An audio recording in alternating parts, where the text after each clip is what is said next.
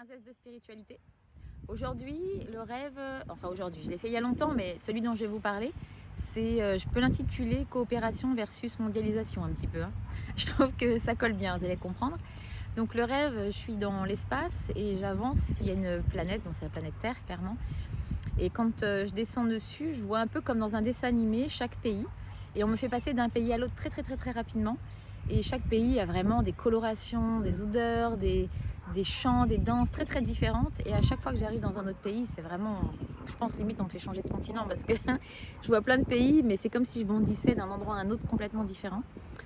Et après, quand on fait prendre du recul, je vois des mains, des mains qui se serrent, enfin qui font des poignées de main en fait, un petit peu partout. Alors au début quelques-unes et après, je peux plus rien distinguer quoi. C'est vraiment une toile d'araignée le machin. Mais c'est joyeux, l'émotion associée est vraiment agréable et saine. Donc ça, c'est vraiment le côté coopération.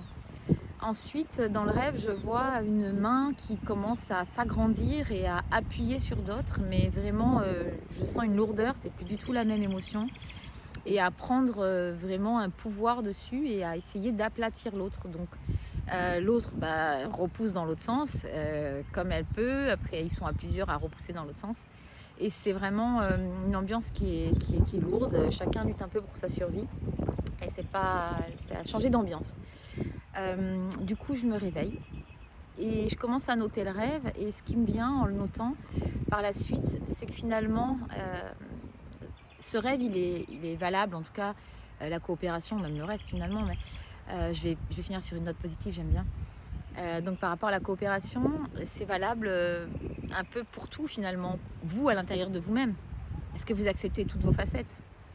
Vous dans votre famille, vous dans votre couple, c'est valable un petit peu pour tout. Est-ce que vous êtes ancré, basé en vous-même? Vous avez suffisamment d'amour pour vous-même et pour la vie pour arriver face à quelqu'un d'autre en étant son égal? Ou est-ce que vous vous sentez inférieur, supérieur? Finalement, tout est là.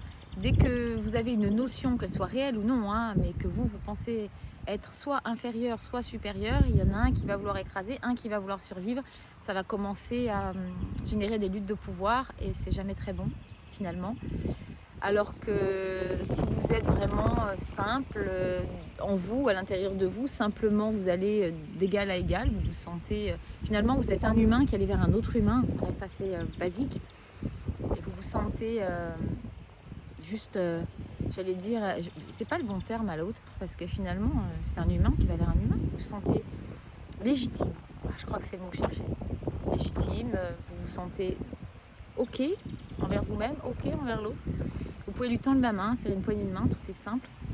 Là, on est dans la coopération. La poignée de main n'est pas obligatoire, on s'entend.